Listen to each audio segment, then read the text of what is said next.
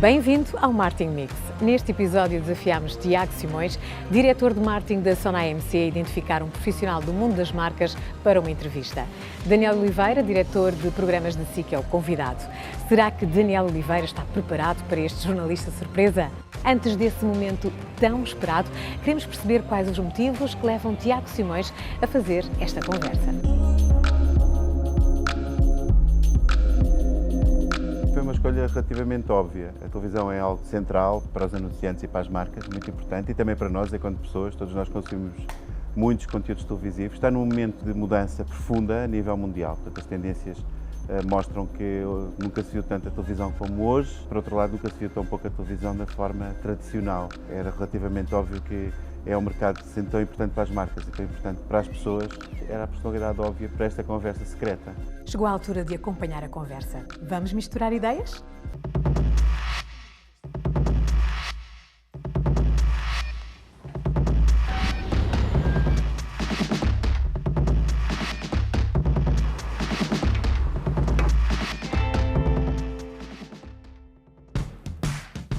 Eu, quando fiz o exercício de pensar quem seria a pessoa que me convidaria, passou-me o nome do Tiago pela cabeça, mas só quando chegou é que tive a prova final e, portanto, foi uma ótima surpresa. Então, bom dia. Tudo bem? Estudios laborais.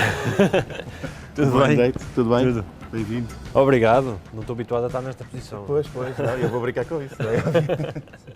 Daniel, bem-vindo. Obrigado. Foi uma escolha óbvia convidar-te, porque acho que a televisão vive um momento muito vibrante, quer do ponto de vista do mercado português, onde acontecem telenovelas diárias fora do ecrã, quer do ponto de vista também daquilo que é a forma como as pessoas consomem televisão, que está a mudar radicalmente, e isso é um desafio brutal, seguramente para os profissionais da área, mas também para as marcas. E, portanto, quis falar um bocadinho contigo e vou começar, sem resistir à piadinha fácil, de perguntar o que dizem os teus olhos sobre o futuro da televisão.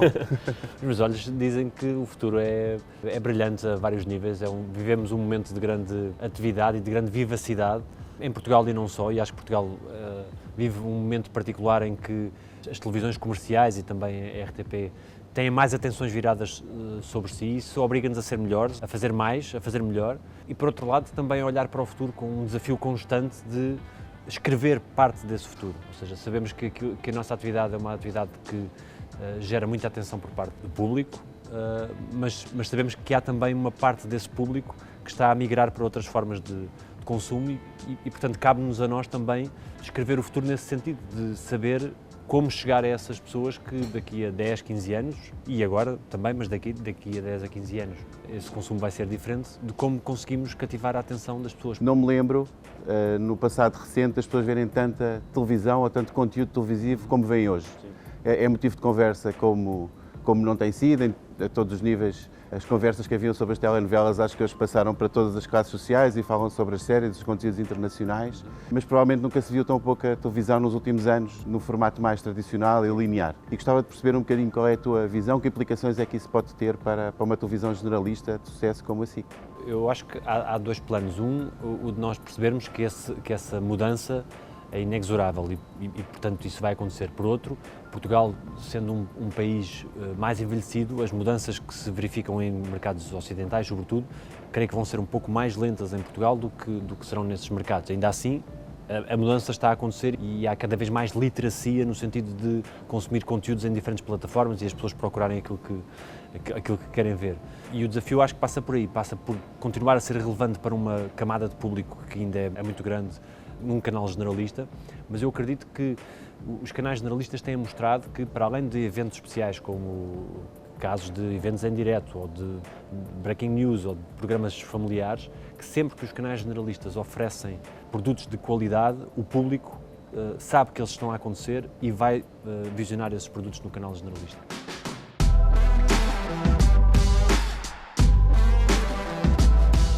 Eu penso muitas vezes, e se calhar esta parte não é tanto a tua área, mas num mundo de conteúdos não lineares, como hoje já vivemos nas plataformas internacionais, como é que nós, marcas, podemos encontrar aí oportunidades de comunicação? Porque mesmo em países mais avançados, como nos Estados Unidos, onde o que tu dizes é muito claro, quando acontece o Super Bowl ou os Oscars, aí sim a televisão vira o meio de acesso a esses conteúdos e as pessoas veem. é também um momento onde as marcas por excelência estão. Portanto, as marcas, elas próprias, parece-me, sabem, mesmo nesses mercados mais sofisticados, falar muito bem a linguagem da televisão linear e do direto e menos bem a linguagem do não linear.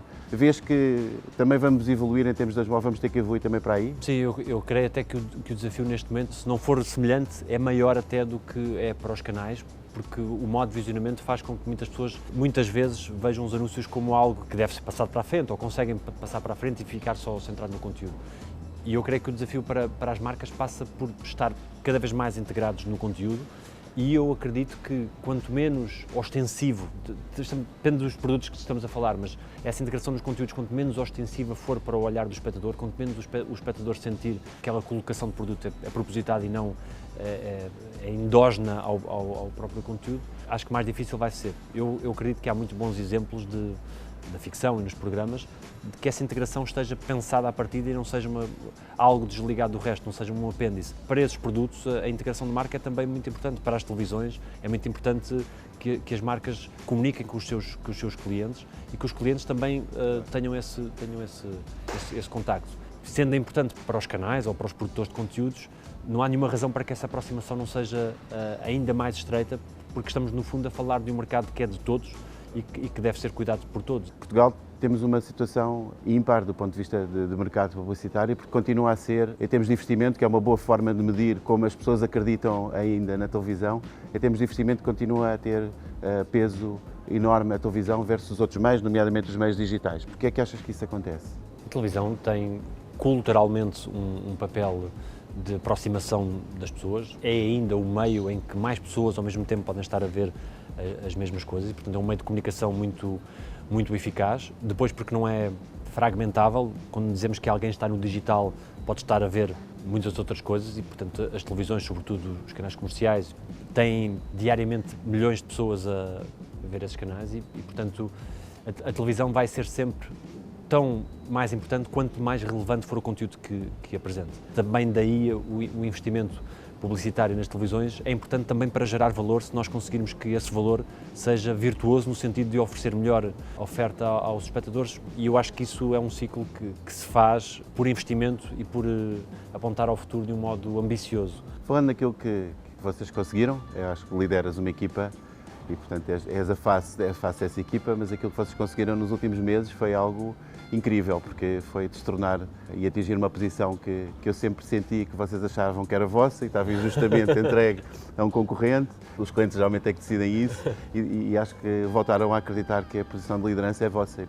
Para além de dar os parabéns, porque acho que isso se deve muito à tua equipa e a ti, gostava de perceber um bocadinho, desvendar um bocadinho como é que conseguiste isso, o que é que achas que foi importante para que isso acontecesse? Eu acho que no mercado televisivo, e não só, tudo isto é uma soma de muitos detalhes e o facto de nós darmos atenção a muitos desses detalhes na hora de pensar um conteúdo, na forma de o executar, na forma de o apurar, de ter atenção aos critérios que levam à escolha desse conteúdo e, por outro lado, fazer escolhas que tenham sempre o público em mente, porque o público, como dizias, o cliente tem sempre razão.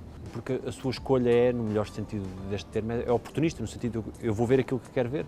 E, portanto, essa atenção do público, esse conhecimento daquilo que o público gosta e quer nas diferentes fases do dia, porque o público não tem o mesmo comportamento de manhã nem é o mesmo noite, público. E nem é o mesmo público, muitas vezes, sim. E, portanto, nós demos sempre muita atenção àquilo que estávamos a fazer e eu acho que nós temos até como bom exemplo a Sonai e o Continente em particular, pela forma como, mesmo numa posição de grande visibilidade no mercado e de grande eficácia, não confiámos nessa condição para deixar de fazer coisas. Isso não foi impeditivo de nós continuarmos a gerar o mesmo grau de atenção em todos os conteúdos, em todas as escolhas, em todos os programas, alinhamentos, etc. E isso faz diferença, de não confiarmos que esta liderança foi de geração espontânea, porque não foi.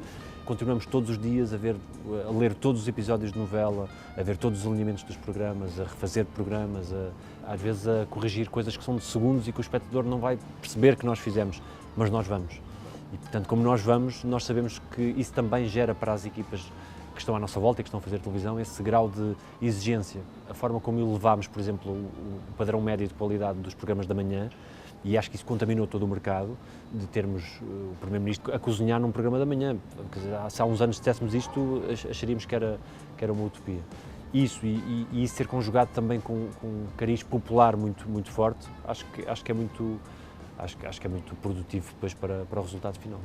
Esse equilíbrio entre o popular e o massificado e aquilo que tem bom gosto e qualidade é uma coisa que eu tenho uma preocupação grande em fazer no continente, porque acho que somos uma marca muito democrática, mas temos, como democrática, tem que servir todo o tipo de gostos e todo o tipo de exigências e não apenas quem gosta de comprar barato ou quem gosta de comprar E muitas vezes caro. confunde-se o popular com o popularucho, ou seja, o popular pode e deve e tem muitas vezes qualidade, no sentido de a simplicidade da oferta, eu acho que é acho que é um fator essencial, o produto pode ser elaborado, mas a proposta é clara.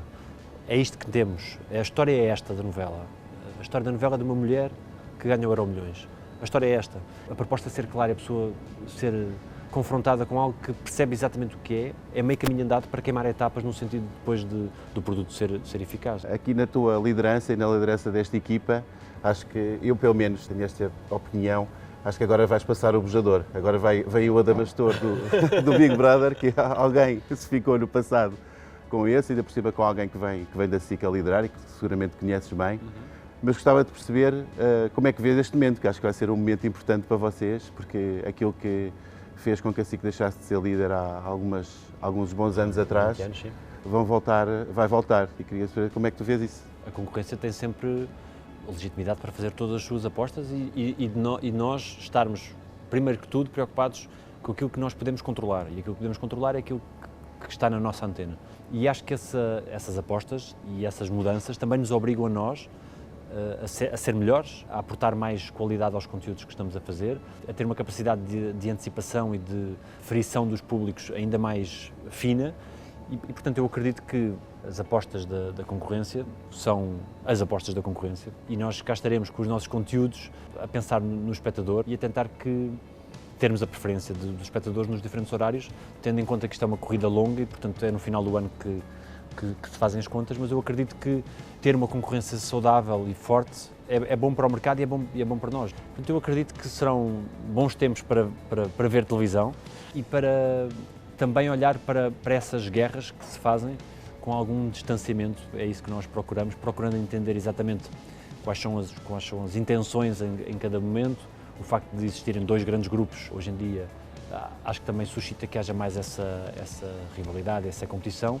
E depois há armas que cada um dos grupos utiliza no sentido de trazer para o campo de batalha. Não gosto muito desta linguagem bélica, mas nós procuraremos fazer o nosso caminho pensando em nós, estando aqui pelo menos cientes de que aquilo que queremos fazer é com respeito pelas pessoas que estão connosco, pelos nossos rostos, pelos nossos espectadores e nunca atravessando uma fronteira que não queremos ultrapassar.